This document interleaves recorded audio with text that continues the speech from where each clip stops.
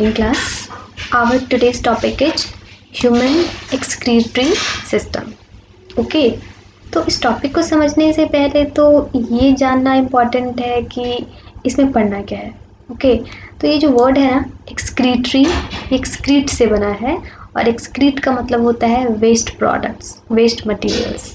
आप ऐसे समझ सकते हो कि हमारे बॉडी में जितने तरह के मेटाबॉलिक रिएक्शंस होते हैं, ठीक है. मेटाबॉलिक रिएक्शंस मतलब कि कुछ रिएक्शंस जो होते हैं वो से प्रोडक्ट बनता है और कुछ ऐसे रिएक्शंस होते हैं जिसमें कि बड़े बड़े जो रिएक्टेंट्स होते हैं वो ब्रेक डाउन होकर के सिंपलेस्ट फॉर्म में आते हैं.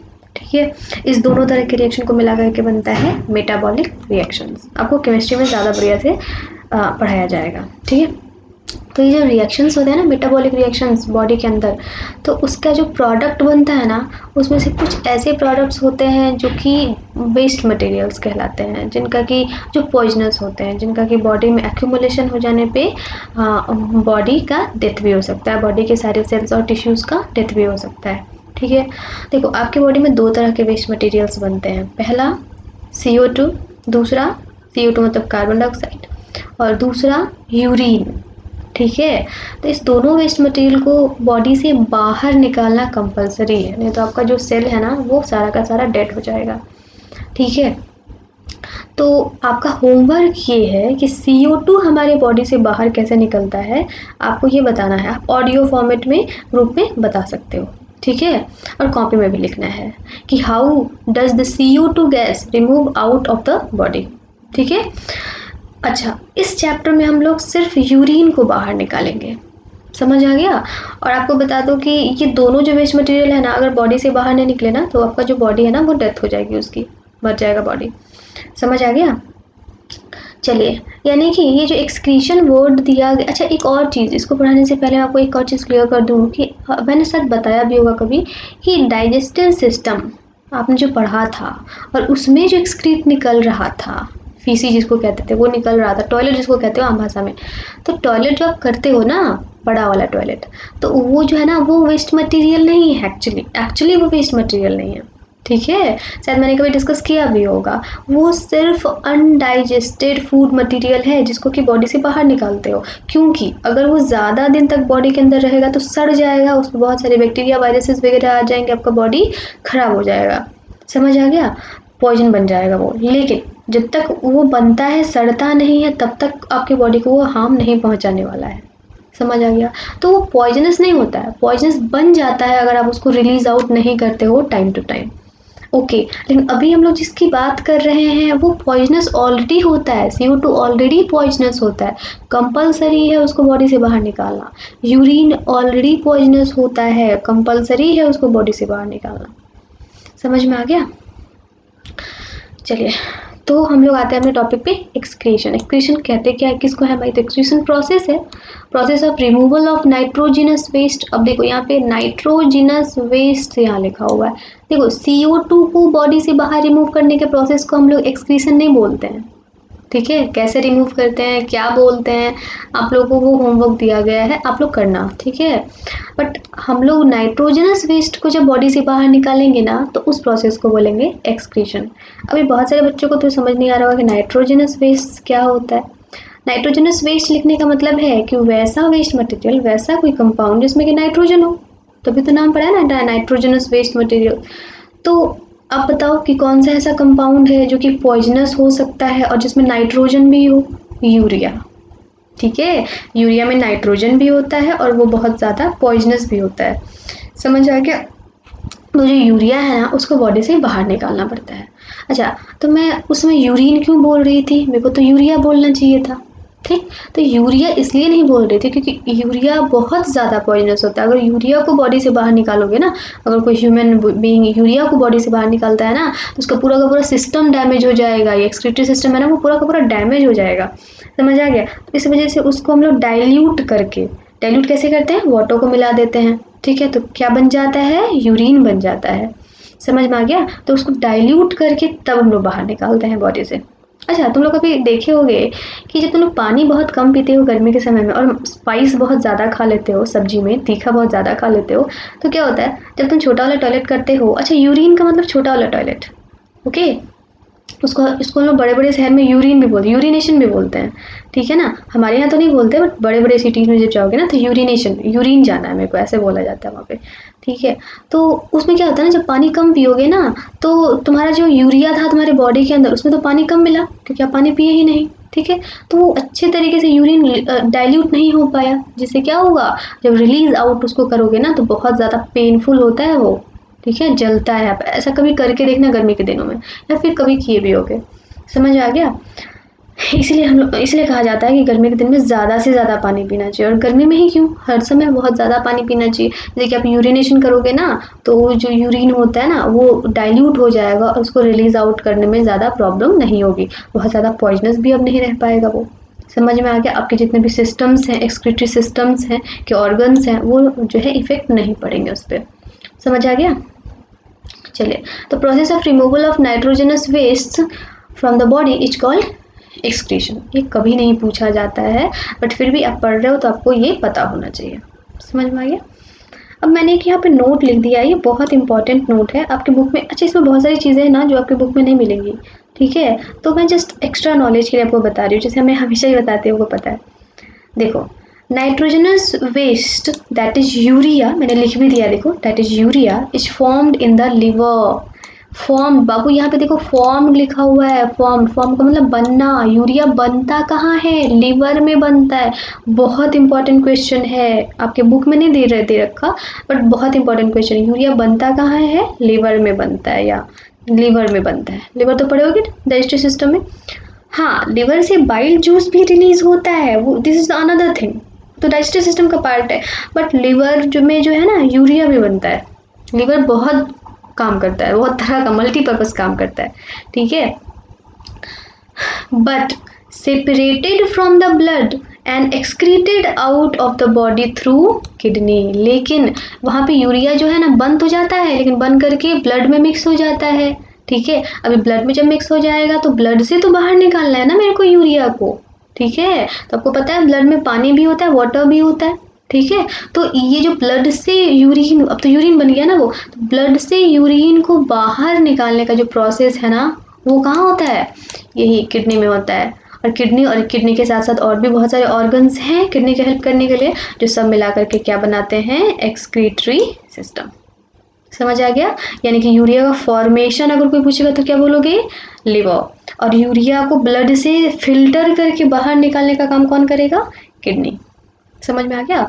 यानी कि आपका जो टॉपिक दिया हुआ है एक्सक्रीटरी सिस्टम, इसमें यूरिया को बनाना नहीं है, बल्कि यूरिन को ब्लड से फिल्टर करके बाहर निकालना है। बन तो पहले ही चुका है वो। समझ में आया, इतना क्लियर है। अब आगे देखिए, एक्सक्रीटरी सिस्टम ऑर्गन्स इंक्लूड। अब ये सिस्टम है तो उसमें बहुत सारे ऑर्गन्स होंगे, तभी तो कंस्टिट्यूट करके सिस्टम बनाया हुआ है ना। जैसे कि आपको हर सिस्टम्स में ऑर्गन्स पढ़ने थे। यहाँ पे देखो कौन कौन से ऑर्गन्स हैं, 4 ऑर्गन्स हैं, 1 2 3 एंड 4 दिख रहा होगा आपको। देखो, अ पेयर ऑफ, यानी कि किडनीज 2 होते हैं, बताने वाली बात नहीं है। उसके बाद से यूरिनरी ब्लैडर, यूरिनरी ब्लैडर भी होता है। अब मैंने यहाँ पे डायग्राम दे नहीं रखा है, आई फॉरगॉट, बट आप बुक का एक बार रेफरेंस ले लेना इस वीडियो को देखते टाइम, या फिर पीडीएफ मैंने जो दिया है। ओके, वैसे मैं आपको समझा दूंगी, मैं डायग्राम को भी समझा दूंगी नेक्स्ट इसके बाद। फिलहाल देखो, किडनी हो गया, 2 इधर किडनी होता है 2, ठीक है। किडनी के नीचे ये पूरा का पूरा ब्लैडर होता है, यूरिनरी ब्लैडर होता है। ब्लैडर में ही ना पूरा का पूरा यूरिन जो है ना वो इकट्ठा होता है, और आप जब चाहो तब उसको रिलीज आउट कर सकते हो। जब वो पूरा भर जाता है तो फिर आपको पेन होने लगता है, तब उसको रिलीज आउट कर ही देना चाहिए, नहीं तो पॉइजन, क्योंकि वो पॉइजनस है ना बाबू, आपकी बॉडी में बहुत ज़्यादा देर तक रहेगा तो फिर तो आपकी सेल्स को हार्म करेगा ना, ठीक है। तो जितना भी यूरिन होता है ना आपके ब्लैडर में इकट्ठा होता है। समझ में आ गया। अब अ पेयर ऑफ यूरेटर्स, ये अच्छा 8 क्लास में आपने रिप्रोडक्टिव सिस्टम पढ़ा था, उसमें आया था ये यूरेटर्स, कभी कभी डायग्राम में दिया रहता है। आपको नहीं पता तो मैं डायग्राम लेकर के आपको स्पेशली बता दूंगी कि यूरेटर एक्चुअली ना किडनी से जो यूरिन जाता है ना यूरिनरी ब्लैडर में, वो पैसेज होता है ये यूरेटर, ठीक है। मान लो यहाँ पे 2 किडनी है और यहाँ पे ब्लैडर है, तो किडनी से जो ज्वाइंट होगा ना, जो पाइप ब्लैडर में जाने के लिए यूरिन को, तो जो पाइप होता है ना उसी को बोलते हैं यूरेटर्स। 2 होता है, 2 पेयर, दोनों किडनी से आता है तो 2 पेयर में होता है, 1 पेयर मतलब 2 होता है, ठीक है। अब आइए यूरेथ्रा। ये तो नोन होगा आप लोगों को तो रिप्रोडक्टिव सिस्टम में पढ़ाया गया था। ठीक है, यूरेथ्रा क्या होता है, कहाँ होता है बाबू, पेनिस के अंदर होता है। ठीक है ना, और urethra is the common passage for both sperm and urine. ठीक है, पेनिस के अंदर होता है यूरेथ्रा, और ये एक तरह का पाइप होता है जिससे कि यूरिनरी ब्लैडर में जितने भी आपके यूरिन इकट्ठा हैं वो सारे के सारे रिलीज आउट हो जाएं, पेनिस के थ्रू ही होंगे। ठीक है, और हाँ, वुमेन में एक अलग पैसेज दिया होता है। ठीक है ना, वुमेन में अलग पैसेज होता है यूरेथ्रा का, और विजाइना का अलग होता है, आपको पढ़ाया गया था 8th क्लास में। लेकिन मेल में दोनों यूरेथ्रा जो है दोनों काम करता है, स्पर्म को भी पैसेज प्रोवाइड कराता है और यूरिन को भी कराता है। समझ में आ गया। लेकिन वुमेन में अलग अलग होता है, यूरेथ्रा के थ्रू यूरिन जाएगा और विजाइना अलग होता है। समझ आ गया। चलिए, अब हम लोग धीरे धीरे मतलब एक एक करके ना ये सारे के सारे ऑर्गन्स को पढ़ेंगे। बट इसमें से ना ये जो तीनों ऑर्गन्स है ना, ये बहुत ज़्यादा कॉम्प्लिकेटेड नहीं है। ये तीनों, ये दोनों और ये बहुत ज़्यादा कॉम्प्लिकेटेड नहीं है, इसकी ज़्यादा फंक्शंस नहीं है, तो इसको हम लोग बाद में पढ़ेंगे। तो हम लोग को तो मेन ये है ना, पहला नंबर किडनी। ठीक है, जो 2 पेयर में होता है, तो इसके बारे में हम लोग पहले पढ़ते हैं, तब इस तीनों के बारे में पढ़ेंगे। ठीक है, देखो, इसलिए मैंने लिख दिया यहाँ पे पहला number kidney. Kidneys are bean shaped, बताने की जरूरत नहीं है, आप लोग 7th क्लास से देखते आए हो फोटो। बीन शेप्ड होता है ना, सेम के बिया के जैसा होता है या राजमा जैसा होता है।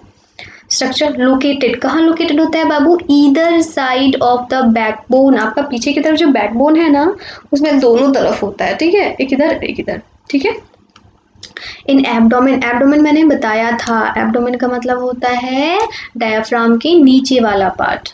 ठीक है, रेस्पिरेटरी सिस्टम में डायफ्राम आपने देखा था।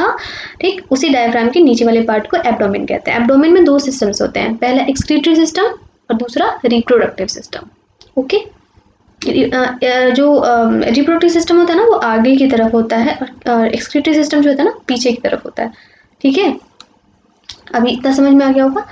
अब नेक्स्ट देखो, functional unit of kidney is nephron. अच्छा, हर चीज़ का फंक्शनल यूनिट आपको पढ़ाया गया था। लंग्स का फंक्शनल यूनिट क्या था, आप याद करो, लंग्स का क्या था, अब मेरे को बताना। ठीक है, ऑडियो में बताना लंग्स का फंक्शनल यूनिट क्या था। ठीक उसी तरह से किडनी का भी फंक्शनल यूनिट होता है जिसको कि हम लोग नेफ्रॉन बोलते हैं। बहुत बार एग्जाम में क्वेश्चन पूछा गया कि what is the functional unit of kidney. ठीक है, उसको नेफ्रॉन बोलते हैं। ठीक, यानी कि जो करेगा, किडनी क्या करता है, तो ब्लड में से यूरिन को फिल्टर करके बाहर निकाल देता है। ठीक, तो ये फिल्ट्रेशन का काम है ना, वो कौन करता है, नेफ्रॉन करता है। और तुम्हारे पास 2 किडनी है ना, तो एक किडनी में बिलियंस ट्रिलियंस ऑफ नेफ्रॉन्स होते हैं। तो तुम सोचो दोनों मिला दोगे तो कितने ज़्यादा नेफ्रॉन्स हो जाएंगे। ठीक है, तो ये नेफ्रॉन जितना भी काम करना होगा ना, किडनी जो भी काम करता है फिल्ट्रेशन का यूरिन के, वो सारा का सारा कौन करता है किडनी के अंदर, नेफ्रॉन्स करते हैं। बहुत जैसे एल्वियोलाई था ना लंग्स में, मैंने तो आंसर ही बता दिया। लंग्स में जो एल्वियोलाई था, तो सारा का सारा एक्सचेंज ऑफ गैसेस का काम कौन करता था, एल्वियोलाई करता था। ठीक है, ठीक उसी तरीके से किडनी में भी नेफ्रॉन ही करेगा जो भी करना होगा। ठीक है, इसका मतलब ये हुआ कि हम लोग को तो फिर नेफ्रॉन के बारे में और अच्छे से पढ़ना होगा ना। ठीक है, बस तो हम लोग एक्सक्रीटरी सिस्टम में किडनी को कम और नेफ्रॉन को ज़्यादा पढ़ते हैं। एग्जाम में भी किडनी का डायग्राम कम और नेफ्रॉन का डायग्राम ज़्यादा पूछा जाता है।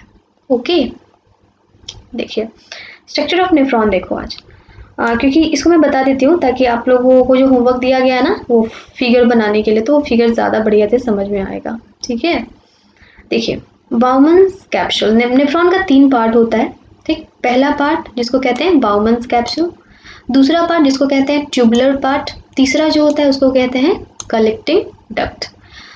ये जो बाउमन्स कैप्सूल है ना, इसमें बहुत सारे ग्लोमेरुलस रहते हैं। ये ग्लोमेरुलस क्या करते हैं बाबू, इसका फंक्शन हम लोग तब पढ़ेंगे जब इसके बारे में अलग से स्टडी करेंगे। ठीक है, लेकिन इतना याद रखना कि बाउमन्स कैप्सूल के अंदर ही ग्लोमेरुलस रहते हैं। ठीक है, और ट्यूबुलर पार्ट में मैंने 2 ये एरो लगाया है, एक पीसीटी और एक डीसीटी का।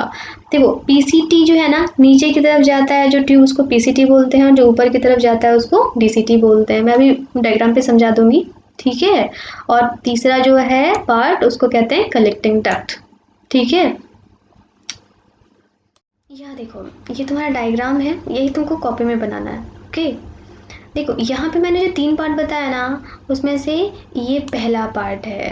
ठीक है, ग्लोमेरुलस ये कहाँ होता है, बाउमन्स कैप्सूल में होता है। तो आपको पार्ट नंबर 1 ग्लोमेरुलस नहीं लिखना है, बाउमन्स कैप्सूल लिखना है। ठीक है, बाउमन्स कैप्सूल ये जो गोल सा जो ऊपर वाला पार्ट है ना, है ऐसे इस टाइप का है, इसी को बोलते हैं बाउमन्स कैप्सूल। ठीक है, इसके अंदर क्या होता है, ग्लोमेरुलस होता है। इसका फंक्शन क्या है हम लोग आगे बात करेंगे। ठीक है, जो इसका सेकंड पार्ट है ना, वो ये पार्ट है, देखो ये ट्यूबुलर पार्ट, देखो ये पूरा ट्यूबुल दिख रहा है ना आपको, ये लंबा सा, देखो ये नीचे जा रहा है और ये ऊपर जा रहा है। ठीक है ना, इसको ट्यूबुलर पार्ट बोलते हैं। ये लिखा भी है tubular part of the nephron, ये सेकंड पार्ट हो गया। और जो थर्ड पार्ट है ना, ये कलेक्टिंग डक्ट, यहाँ पे आपको दिख रहा है कलेक्टिंग डक्ट। सारा का सारा जो यूरिन है ना बन करके कहाँ कलेक्ट होगा, कलेक्टिंग डक्ट में। समझ में आ गया। और फिर सारे अभी ये तो एक न्यूरॉन हुआ ना, ऐसे तो बिलियंस एंड ट्रिलियंस न्यूरॉन होंगे एक किडनी में। ठीक है, तो सारे के सारे कलेक्टिंग डक्ट जो है एक जगह जमा हो जाते हैं और जमा होकर के वो यूरेटर के थ्रू नीचे यूरिनरी ब्लैडर में सारे के सारे यूरिन को जाके इकट्ठा कर देते हैं।